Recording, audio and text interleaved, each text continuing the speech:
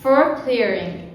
The act of deliberately refusing to learn the scientific explanations of things out of fear that it will ruin the magic, turning flower petals into tacky billboards, decoding birdsong into trash talk, diffracting a rainbow back inside its tiny prism.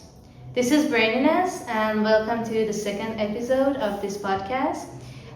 Today we are going to cover the first chapter of the Dictionary of Obscure Sorrows, which is basically seeing the world as it is and the world as it could be.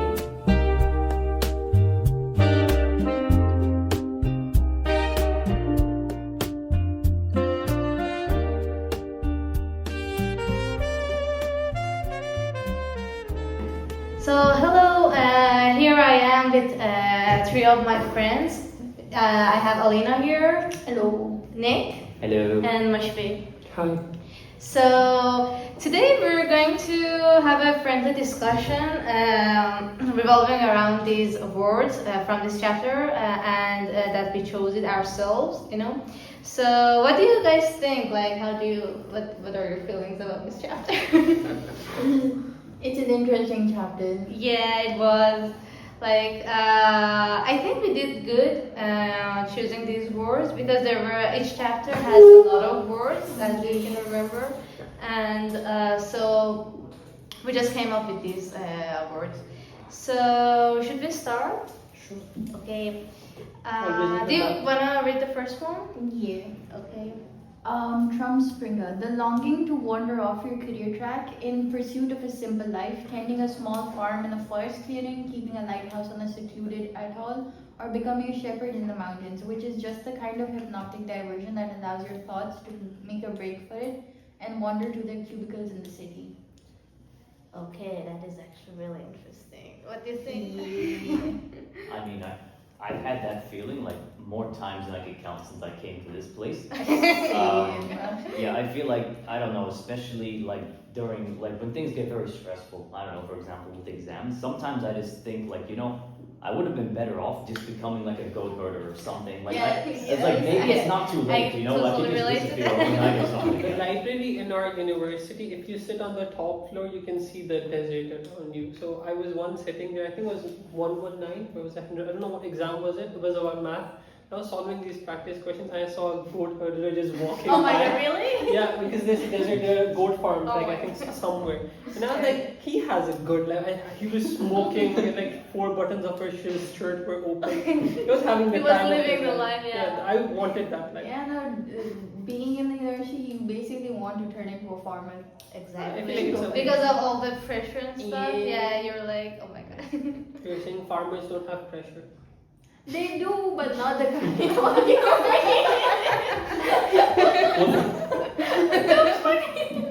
So next one. Moving on, yeah. Scabulous. Proud of a certain scar on your body, which is like an autograph signed to you by a word grateful for your continued willingness to play with her, even if it hurts. I think this one shouldn't necessarily be a physical scar that you're proud of. It can also be something emotional. What do you guys think? Like, can you relate to this word?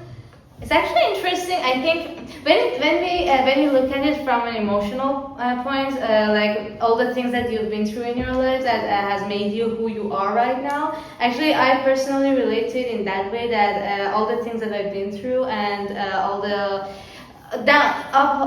ups and downs in life has made me who I am right now, and I'm actually proud of them. So, what do you think?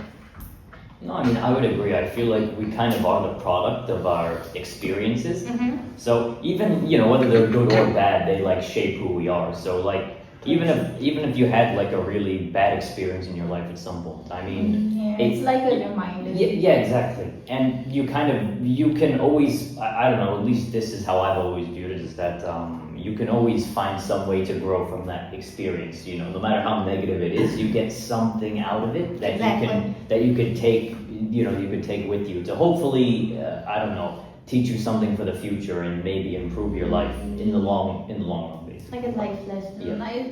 Do you have like do you guys personally have a scar that you're proud of, like physically maybe?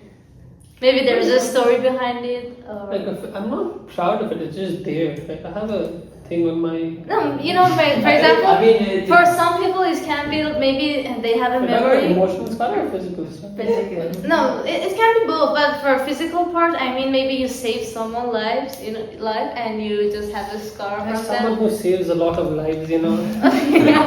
Okay. Okay. I do have like physical scars, not particularly that I'm proud of, but they do make like really fun stories. Yeah. Like I have a scar on my hand. Okay. Do you wanna like say this story? Yeah, the way I got it, I punched my brother.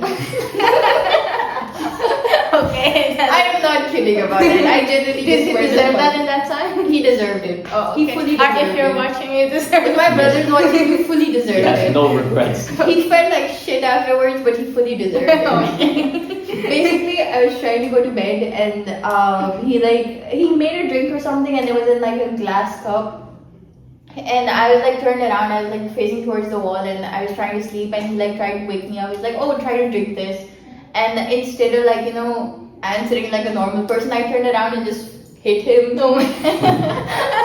It turns out I hit the glass and I broke it, and I like ripped my hand open.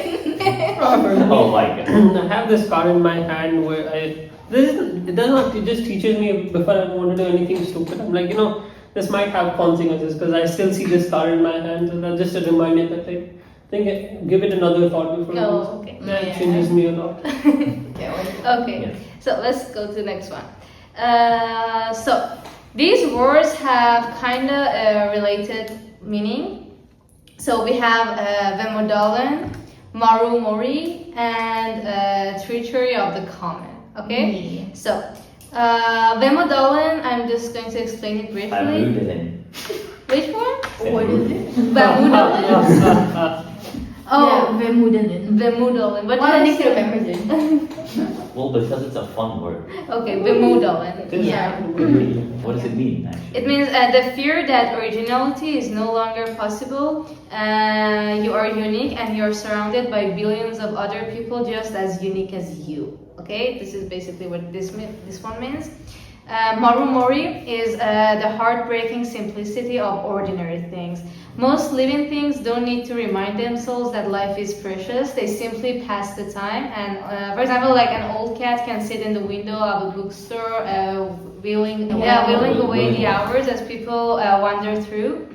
And yeah, so this is like all people are having an ordinary ordinary life and the passing of ordinary things. The treachery of the common is the fear that everyone around the world is pretty much the same. That despite our local quirks, we were all mass-produced in the same factory, built outward from the same generic homunculus. Okay. Okay. Okay, Homunculus, never mind. yes. That's such a funny word to use, actually. That's homunculus.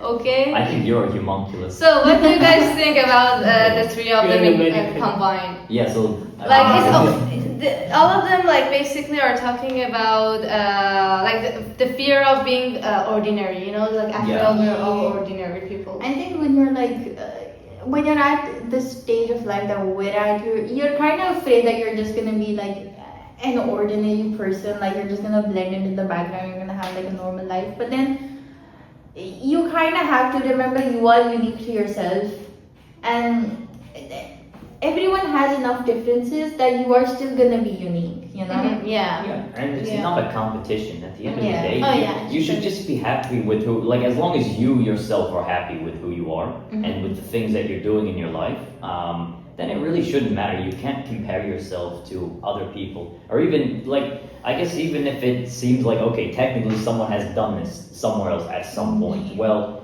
I mean, like, why does that make it less of an accomplishment to Exactly. you? Because it's still, that doesn't mean that it wasn't a challenge for you to do Your it. sense of achievement comes from within, not from other people. Exactly, Yeah. exactly. So, I mean, yeah, this is where like the sense of uniqueness comes from. You're like starting to compare yourself with people who most likely aren't at the same stage of life as you are. It seems like they are, but a lot of them are a lot further up or maybe further back. But then you start comparing yourselves, and then like unfairly determining that, oh, I haven't achieved that much as this person, I'm not unique, I'm just like an ordinary person, and like doing that to yourself is like unfair, you know. And just because you haven't achieved as much as the other person doesn't mean that doesn't make you unique, you know. Yeah, I get it. Like, I mean, still, that person hasn't lived the life that you've lived, okay? And you don't know what you have done to reach there, okay? Yeah. For example, for someone, I don't know, like from, you know, from third world, for example, me, I personally talking, like from Iran, like going to maybe United States some achievement for me, but maybe for Nick, who's actually coming from there, okay, so these kind of things. Yeah. Okay, so next one. Yeah. Slip fast. Longing to disappear completely, to melt into a crowd and become invisible so you can take in the world without having to take part in it. Free to wander through conversations without ever leaving footprints. Free to dive deep into things without worrying about making a splash. This is very relatable, actually. Like wanting to melt into a crowd with and become invisible, so you can experience everything that is happening, but no one don't leave a trace of you, and it seems actually nice. It's like being like a you're fly on the basically wall. a ghost, you know. You know, you don't leave an impact on the world, but you're still part of it. Exactly. Yeah, which I mean, in certain cases that would be preferable. I think. I mean, Yeah. it's like I've felt this way. Well, I don't know, quite a lot, because I mean, I want to be successful and I want to like accomplish things I want to accomplish, but I don't know, I've never thought that I want to be like famous. I kind of feel like You want to do it all, and but not to be known. Like, no, you don't want people to know that you were the one behind it. Like that. I mean, I guess it's, well, in a way, yes, I would say, like, obviously, I think it's inevitable. If you do something like really noteworthy, then eventually it is going to be traced back to you, most likely, you know, at some point. But I don't know. I've always just felt like I've always just felt like the accomplishment is the more important thing. Yeah. Like then being recognized for that accomplishment. And sometimes, I don't know, sometimes it's better to not have the pressure of being known, because it puts an eye on you, I guess. And I don't know, you know, this even like goes back to like if you're looking at celebrities, for example. Yeah. I feel like these people, because they're always in the public eye, everything they do is very scrutinized. So I don't know, if you make a mistake, which of course a lot of celebrities do, like are rightfully, you know, called out for doing like really fucked up stuff. Yeah. But you know, at the same time, it makes you think sometimes. Well, what if you didn't mean to do anything wrong? What if it was just misinterpreted because you're in the public eye and people are just viewing it from the You're outside? just being you. You don't a want normal public person. opinion over your life. That's what. Yeah. Because people tend to misinterpret situations, and if you're a famous person, they're going to spread that information, Exactly. even if they're wrong about it, and that could hurt you. So that's, Like, I think when you get famous, people expect you to just be flawless, and you don't have like that thing to, you don't have a threshold to make It mistakes, also you know? depends on how you got famous. If you got famous by like being a noble person, you pretend to be a noble person, and then they see you drinking. Obviously, they'll question it because your entire image came from being a noble person. Yeah. I feel like it puts a sense of responsibility on you to like hold up a certain like character, or Be a role like model. be a role model in a sense, you know. Yeah. No matter how you get famous, you're still like looked up to, and like people There are many looking famous towards people. Yeah, you. it's kind of that idea. You become like a brand essentially, Yeah. and you need to uphold a certain reputation, and you're not allowed to. I don't know. You feel like you're not allowed to stray from that, because if you do something that suggests that maybe you aren't exactly the way you've presented yourself in the past, people are gonna start to turn on you. Yeah, You know? especially if you like get famous like accidentally, or like you did something small and like people enjoy it now, and like you never planned for it to go this far, but now accidentally you've found this like position. Yeah, because I think there have been a lot of people that this has happened with, Yeah. where they've gotten famous without really expecting to, and they just didn't know how to handle the fame, so they would, I don't know, so basically they would end up kind of making a fool of themselves because they just didn't know how to handle being in the spotlight. Yeah. And they, well, perhaps should have never ended up with that, like perhaps they should have never ended up in the spotlight. In the first place. Yeah. Take the responsibility of it. Yeah, because it is at the end of the day a responsibility. Like if you do something, like if you're a well-known person, then it does give you that sense of responsibility, especially if you call yourself like an influencer. Because if you're going to call You're yourself going an to influencer, influence. you need to be a good influence. Yeah, Yeah. like The yeah. term is misused these Yeah. days. Every other person is an influencer. I mean, there are 10 on campus right now. Like influence, like how big an influence is. It's turned into a smaller thing now, but like, I mean, technically they still would have influence. Maybe not on us, but maybe on other people. But it has turned into like more of a common thing to, you know, be in the public eye. Through social media. I mean, like maybe Yeah, someone. it's easier to become famous now. I I think. mean, Because there are too many lifestyles right now in the world, okay? Too many And what, sorry? lifestyles. Lifestyle. Yeah. Like at the same time, we're living in a globalized world, like we're moving towards globalization, but at the same time, there are a lot, like people choose different lifestyles for themselves. So maybe you find someone like being an influencer and like has an influence on you, but other person doesn't find it like as influence, Yeah. see it as you. Yeah, it depends on how well they relate to it. I guess at the Exactly. end of the day. Okay, let's move on to the next one. Okay, this one is actually kind of, we have two words that are kind of related, so we're going to read them together. So one of them is the teal, which means, and the other one is onism, okay? The teal means the reservoir of all possible opportunities is still available to you at this point in your life. All the countries you still have the energy to explore, the careers you still have the courage to pursue, the skills you still have time to develop, and yeah, I think it's basically talking about all the opportunities you still have ahead of you. And onism is the awareness of how little of the world you'll experience. Okay, I'm just going to sum it up in this sentence. So they are actually two contrary. yeah, they're like words. exact opposites. Exactly. Okay. So what do you guys think?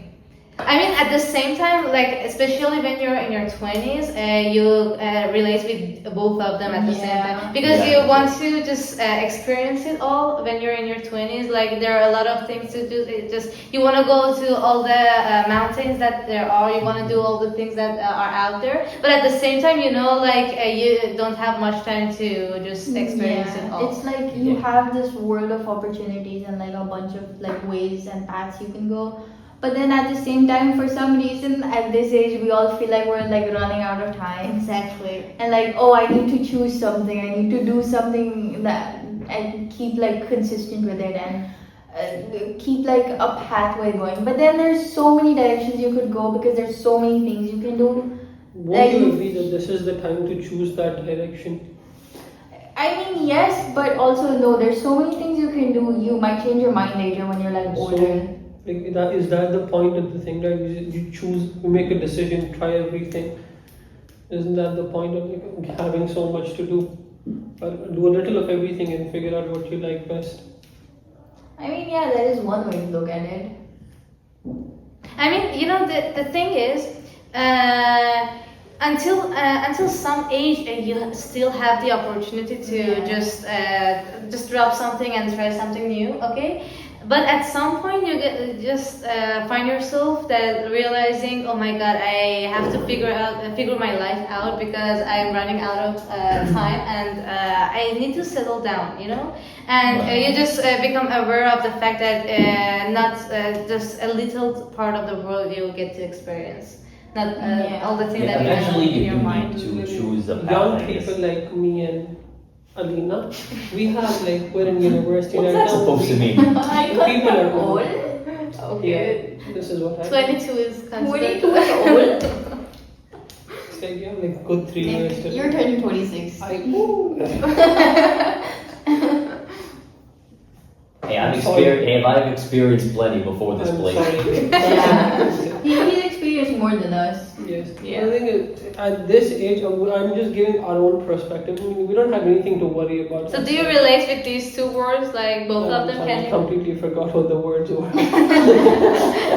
Okay, so one of the there have two contrary meanings. Okay, the till means the reservoir of all possible opportunities is still available to you at this point in your life, and onism is the awareness of how little of the world you will experience. I agree with the first one. I mean, it's a little of both. I mean, we haven't explored anything as of yet.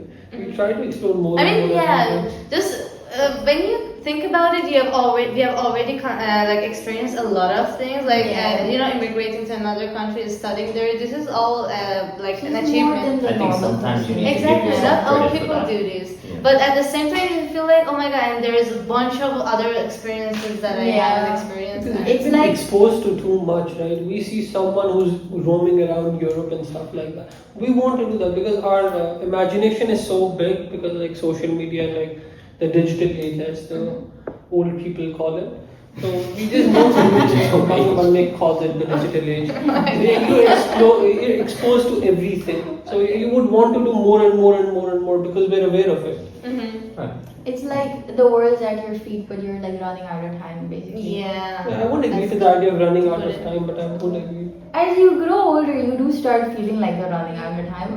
We're obviously Maybe not. Maybe it's a 'cause personal thing. I would Yeah, but like obviously we're not because we're so early on in life. But you still feel that way when you're like experiencing things still, you know. I mean, that's not a good mindset. If you experience something, you just experience it rather than thinking like I don't have enough time to experience more. I mean, if the point is experiencing, so everything is worth trying, you know? Yeah. As long as that is. Not everything.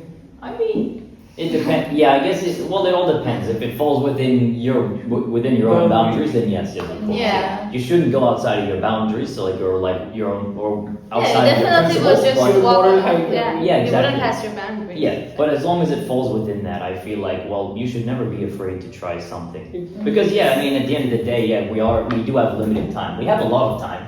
When you really think about it, we do have quite a lot of I time. mean, Nick, And at the same I'm time, we sorry, don't have Nick, enough time. Yeah, but at the same Yeah. time, though, there's a lot to experience. It's So me, Nick, could be. But oh my god, not he's, old. he's not old, he's in her 20s. Okay. Okay, we're moving to next one. Yeah. Laconic, anxiously excited to introduce a friend to something you think is amazing. A classic album, a favorite restaurant, a TV show they're lucky enough to watch for the very first time, which prompts you to continually hold their face waiting for the inevitable rush of awe, only to cringe when you discover all the work's flaws shining through for the very first time. Oh my god, I can totally relate to this. Oh yeah, this happens a bit too much. You're like you're trying to get your friends into your hobbies, and you're like, okay, now that I realize it, some of these are extremely cringy. Yeah. And like now that I'm explaining it, maybe I should. Like you have idealize it on your mind, and when Exactly. you're looking at like from their perspective, you're like, Exactly. it's not that good. Actually, it's very cringy. Yeah. Especially if it's like something niche or something like they've never heard of before, and like you start talking about it, and they're like, huh. Maybe I'm interested, maybe I'm not. I'm like, oh, please like it as much as I do. But, yeah, Why? I mean, You want people to have stuff in common with you, that's why. it's nice, or if you love something, or if you're passionate about it, you want to share it with others because it's something you really like. So, I get the so you want sharing to part, appreciate but it, what yeah. if they don't like it? I mean, that's up to them, but It's up to them. It's the feeling that you feel like, oh, Yeah. Yeah, you're No, waiting like- for their reaction. You know, like you're showing a It's not movie what that you like. expected. Is that what you're saying? No, I mean you're just showing your favorite movie to your friend, okay? Yeah. And you're just the peak is coming, and you're just waiting for the reaction, and you just realize, okay, maybe it's not that good as that I thought. you Yeah, know? it's right before it happens. Yeah. Exactly, right before it happens. You idealize it too much on your mind. That Yeah. when you're seeing it from their perspective, it just becomes real. I That have okay, like a maybe I very idealize. nice friend group, I would say, because all the movies I have shown my friends were equally weird. Like, they would have enjoyed it. Like every scene I thought could have gotten funnier, I liked it. I think in a way you kind of learn like what I guess in a way you kind of learn to read the room with that, so you know like you kind of learn like what you know your friends will appreciate. That's why normally you choose movies to watch or games to play or based on that basically. I don't know what I meant to say. But Okay. I mean I also had this like I had a really This happened to me just like last week. My roommates were like asking me about a good horror movie to watch. Oh my god. And I mean, and I had a lot in mind, but they wanted specifically to watch something like, I don't know, related to like, I guess, like something related to like cults or rituals or some Oh, stuff like okay. that. So Yeah. so I just thought, okay, I remembered watching this movie a few years ago, and I thought it was pretty cool. It was called The Ritual. So then I suggested it, and I was like confident. But then we started watching it, and I was It like, wasn't as good as it's like, I you know, thought. I really just like, what have I done? Like, I've ruined my reputation. Oh my I didn't like it because even watching it back, I started to not like it anymore after that. After I saw their reaction to it, which I guess isn't really the right way to look at it. Oh, so Because now we can use the word Yeah. you're being lekotic. Actually, Yeah. Maybe Yeah. also the Yeah. idea is Yeah, that is correct. Yeah. you watch a movie in a certain environment, and then the movie might not be as good as like the environment is. Like for example, there's a movie called Happy Days. It's a basic movie. It's about a weird Bollywood heist. It's a very very fake movie. But I remember it watching with my cousins, and we had a ball watching Yeah. that movie. We loved it. So it's, maybe I watch it with you guys. It won't be as fun, and it was back then. Yeah. So maybe the it's moment actually- is more important than the movie. Exactly. Yeah. Okay, do you want to see this one? Yeah. Oh. Exulances. The tendency to give up trying to talk about an experience because people are unable to relate to it, whether through envy or pity or mere foreignness, which allows it to drift away from the rest of your story until it feels out of place, almost mythical, wandering restlessly in the fog, no longer even looking for a place to land. Oh. I think this happens when you're like trying to talk about your feelings a lot more. It's like there's something going on inside you, but you don't know how to describe it to other people. But you You're want to kind get of the like words out. insecure. Yeah. You want to like get the words out, so like you kind of start like stumbling and like you don't know how to say it, and then eventually you're just like, you know what, this isn't worth it. Let's not talk about it. Like, I mean, when you hear yourself just saying it, you see it's not as big as you thought it would be, or maybe it doesn't make sense as Yeah. it makes when you are feeling it. Okay, so you just decide not to share it with anyone. Yeah, it like makes sense in your head, but then when you're like speaking it, it's like okay, It's- maybe it didn't make that much sense. Mhm. Yeah, I mean, I think It's this is- actually kind of weird because what if when you're saying it doesn't make sense? So what about that feeling that you're having? Yeah, Like, I mean, that is also real. It's yeah, also how well the other person understands it. So if the other person is like understanding what it's like, so the conversation becomes fun. But if the other person, or maybe he's not in the mood to have. Actually, that is true. Like, yeah, I mean, you have to be in the same level of understanding with the person that you're talking to. Because if you're not on the same level of understanding, it would just exhaust you, and you'll just decide not to talk about your feelings with that person. Yeah. I think that actually happens a lot with your friendships and people that we Type meet. shit. Yeah. Let's go on to the next one. Okay, the pronunciation of this one is actually kind of coming from German. It's Germany had a very good leader at one Okay, point. on the road. Yeah, Rukeronro. So the feeling of returning from an immersive trip, only to notice it fading rapidly from your awareness, as if your brain had automatically assumed it was all just a dream and already went to work scrubbing it from your memory. And this does happen a lot when you have like a lot of fun on a trip, or like if the trip you're doing is like kind of, how do I say it? Not like the average trip, like for example the homeless trips. Yeah. Kind of like that. Like when you come back, you feel like it. Okay, was that a fever dream? Did that actually happen? Did that actually happen? Did I actually do that? And then like once you like get back to normal life, once you're like rested up, you're like, huh? Do you want to explain what a homeless trip is? Oh yeah, so that's kind of important. Okay, yeah, that is kind of. You're homeless for a night. Yeah. Okay, so we live in Cyprus, and the thing about living in Cyprus is our buses stop going after a certain time. So we live kind of away from the main cities. So the last bus, the last bus from our campus to Güzelyurt, it's the closest city to us, is at 10 p.m. But all the buses that go to a city away from Güzelyurt come back at like 5 p.m. or something. So unless you like want to take a taxi back or something, you're kind of stuck in the other city if you miss the bus. So we are basically homeless until morning to Yeah. take the Basically, earliest yeah. bus again. Because So- otherwise we don't get enough time to really Yeah. do much. So sometimes you just decide, okay, well, why not just Be why not honest. have all of the time? Yeah. So all of us have done this where we like go into a city with the intention to explore. We like go with either the last bus or like whichever bus is convenient for us, and then we stay there until the next day and we come back with the first bus.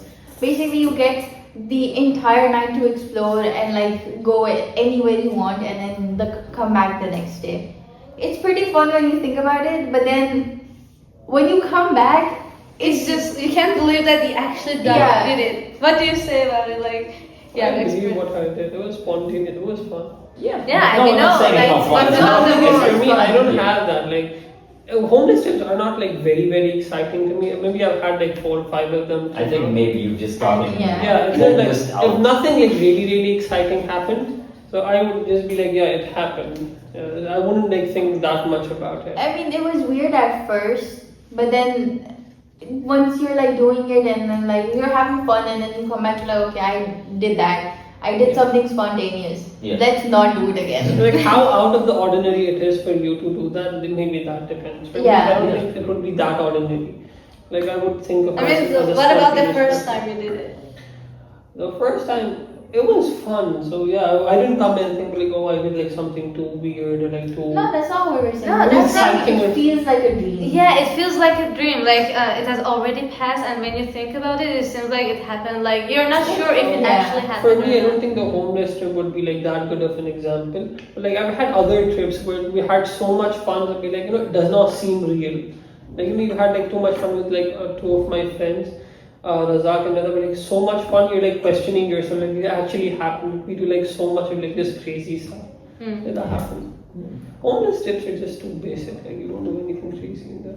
Well, but the point is that it's kind of, I don't know, I think a part of it is because it's like, I guess it's that sometimes it's hard to remember like the things you actually did during that trip, like some of it, because everything kind of blends together. And I think it's because you're doing so much within a kind of, Yeah. like within the same waking Exactly. period. Yeah. You're just spending all of that time walking around doing random shit and I don't know, yeah, it kind of all blends together. Exactly. Especially like once you're really tired and you get back home and you finally go to sleep. And when you wake Yeah. up, it actually You're like, it all okay. seems like a dream. yeah, exactly, yeah. You, It's like you lose the track of time and everything. yeah, it's like the it's an acid exhaustion. trip Exactly. essentially, yeah. Okay, so the next two are again kind of related. Vulture shock, and this one is kind of weird to pronounce. Never be gone. Ne'er be gone. So the vulture shock, the nagging sense that no matter how many days you spend exploring a foreign country, you never quite manage to step foot in it. And ne'er be gone is a person who has no idea where their home is or was or when they might have left it. So, what do you guys think? Like, I think both of them are kind of talking about the sense of being lost and the sense that you never experience like where home is, and you never Yeah. fully kind of get to experience it. Like the place that you are in, you know? Yeah. Maybe you are in a city and you've been born and raised there, but you kind of don't feel attached to it as you have to. You feel like this is not where you want to call home. What do you I guys feel think? like we all can relate to this. Vulture shock because, well, we came from our home countries and then we started living here Mm-hmm. for like studying and stuff. And like, and no matter how long it's been and no matter how much time you spend trying to blend in, you're never actually going to be part of it. Yeah, we're still not like locals here. Yeah. Yeah, that's I think different. I think a part of it is our like specific circumstances because we're kind of in a bubble here. We're in an enclosed campus where everybody speaks English mostly, and we don't really get all that much. Well, we get time to go out, but not as much as what we would need to really experience everything and to like I don't know integrate into the Also, society. the language is a big factor. We don't The lang- understand the language. Yes, exactly. But even when it comes to learning the language, it's more difficult for us because of that reason. Because we can't really go out and interact with people. You as can't much. be part of the culture, you know, Yeah. because Yeah. culture has the roots far more deep into a person's Yeah. life. Yeah.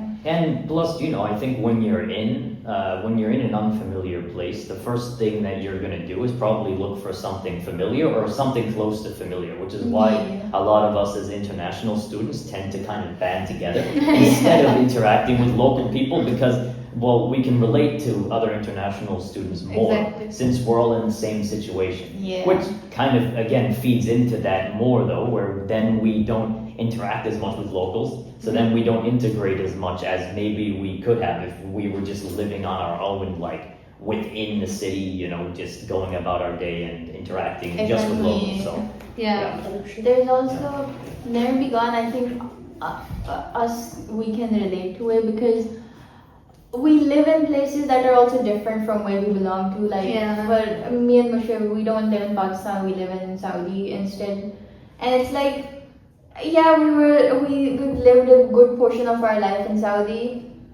And we belong to that place too, but we also belong to Pakistan. Exactly. And like you feel that too, right? Yeah, you lived in exactly. Iran, but then now you moved to Istanbul. Yeah, kind of partially, I can say. Yeah. But I mean, yeah, even I also can relate to that, and because even in Tehran, Tehran is always will be my home. But the idea of an ideal city that I had in my mind didn't really resonate with Tehran. You know.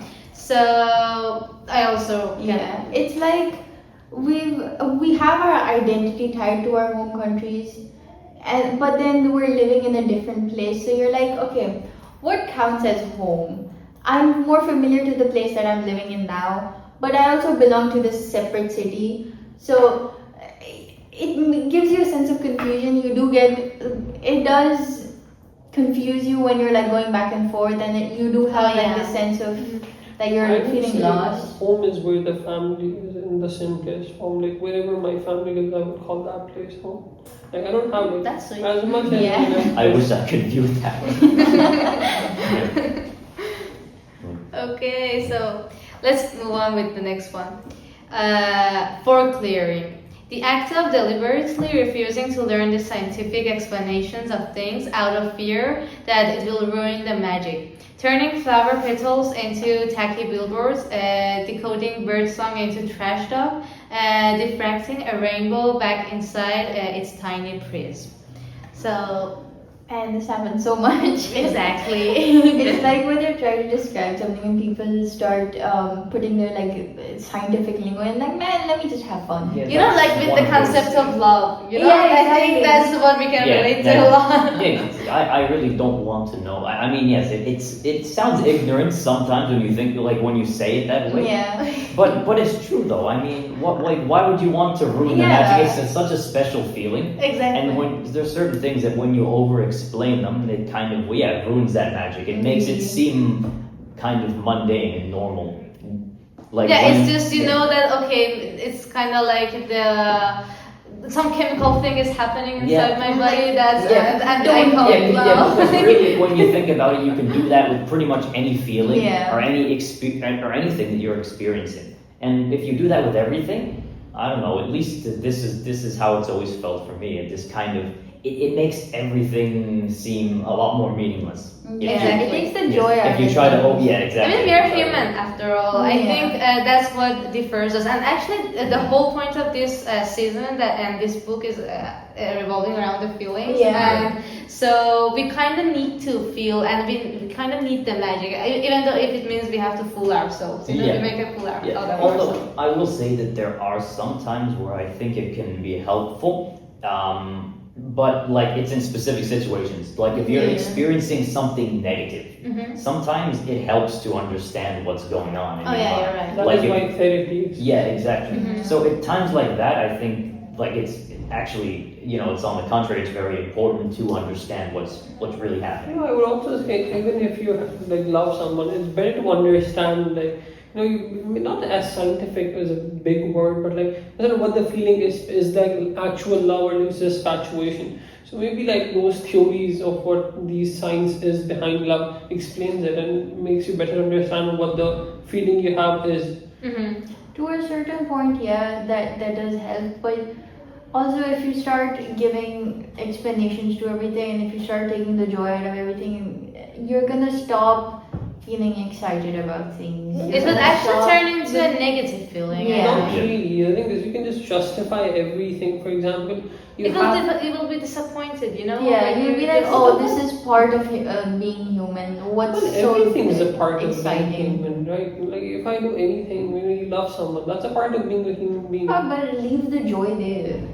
Like, Yeah, why There is leave- always joy. in Like it. enjoy the magic, you know? Just That's- you don't that's need saying be in the explanation. moment. Yeah, sometimes if you overanalyze something, you kind Yeah. of just you There's a ruin the difference meaning of between it. over-analyzing and understanding something. I'm just saying, like, understanding the feeling you're in, or then over-justifying, like, why exactly Yeah. this and Well, I mean, we're referring more to the Yeah, the idea of overanalyze. trying Yeah, to actually, yeah. of like trying to Over- scientifically explain Yeah. what's going Oh, on, yeah. the chemicals and that. Like just understanding and coming to terms with your feelings. Actually, that is important. Yes, you're right. Yeah. It's more just. But over-justifying. Yeah, exactly. It's like when you're talking about the chemical reactions in your brain that make you fall in love with somebody. You That know, is it's like how gay. some people. Yeah, Yeah, exactly. Yeah, that's what I mean. Yeah. Okay. So let's move on to the next one. Oh my god, the weird next Yeah. one. A hollow place in your psyche that can never be filled. A bottomless hunger for more food, more praise, more attention, more affection, more joy, more sex, more money, more hours of sunshine, more years of your life. A state of panic that everything good will be taken from you too early, which makes you want to swallow the world before it ends up swallowing you. It's actually again does have to do with the fact that you feel like you're running out of time Yeah. and you want to experience it all. Or maybe And there's greed. yeah, that's actually It kinda. could lead to that, I think. It's I think if you take it to its extreme, it's great. But at the same time, you just want to experience some stuff, you know, like Yeah. you want to have some experience. And what do you think? I would say excess of everything is bad. Even too much money, too much, I would say even too much happiness is bad. You should be intact It with all definitely things. is actually. Well, yeah, just I feel like anything. there should be a balance. Yeah, balance between happiness, sadness, being neutral. Like I think there's a balance thing. Okay, not neutral, happy, yes, but like not an excess of both of those, you know? Like, sometimes excess is fine, and obviously you can be very happy and very sad. Sometimes it's like a very. Well, sometimes it's fine, but sentiment. not continuously, you know. Yeah. Yeah, not if it keeps going, it kind of ruins the feeling. Yeah, Exactly. I think it's healthy to have a balance of feelings because also it makes you appreciate the good stuff more. If everything in life is always happy, then I mean, after a while, what does happiness Yeah. mean? I also I mean, feel like you don't have anything to compare it to. yeah, I also feel like balance falls in the category of mentally stable. Yeah. That is true. Yeah. Yeah. Okay, and the last word for this chapter is harmonia. An itchy sense of dread when life feels just a hint too peaceful, when everyone seems to get along suspiciously well, with an eerie stillness that makes you want to brace for the inevitable collapse or burn it down yourself. Yeah, I said like what Alina said in the last word, where you're just happy too much. I would say Yeah. you start questioning yourself, like why is it? Why is it? Why is everything like Yeah, so you well? have like one relaxed day and then you get a mail and you're like, oh yeah, that's the thing. That makes sense. There's always there's No, always no, the something right around point the corner. is, it Yeah. says that you collapse or burn it down yourself because Yeah. you're You're like, continuously okay, having- something's about to go wrong. Let me do it myself. Let me write Yeah. it myself, so I'm not Yeah. surprised. Yeah. Yeah, I mean, I think that actually is something that a lot of people fall into. Like where, I think that there are some people, maybe it's because of past experiences they've had, or it could be for any number of reasons, I guess. But they get into a sort of cycle of self-destruction because of this. Yeah. Because Oh, yeah. because they, I don't know, they might not be used to having this level of happiness, or or for things that's going so as well as they do. So They don't let themselves to feel the joy. yes, you know? exactly. They kind of they kind of ruin it for Also the themselves. They ruin it for Yeah. themselves. The They- idea yeah. that Maybe. our- the idea that our brain does not know what to do when it's too relaxed. It does want something to think about constantly. Yeah. Maybe for most people, I'll just say for myself, it would be like something negative, like the exams are coming or something to think about. Or if it doesn't have anything, it's just you're lazy, like you're not doing anything. Yeah. If that makes sense. I think. Okay, so I think that's all for this chapter. Oh, really? Yeah. Those are all the words. So, do you guys have anything to add? It's Like, a fun chapter. yeah, it was fun. It's actually fun. I think this one's a lot. I don't know. This one deals with a lot of very personal feelings. Mhm. Like Yeah. I guess like more related to self-reflection. Exactly. It is something us specifically because of the stage of life we're at, we can relate to a lot more Mm-hmm. than like an average people would. And yeah, so I agree to I'm what going Mr. to read the sentence again. Sorry. I said I agree to what Mr. Kribello said. Okay. We're not using last We're not names. using last Mushfiq, please. Mr. Nick Kribello. No, that that's just makes it last worse. name, don't do that. Mr. Nick said I agree. Okay, so I'm going to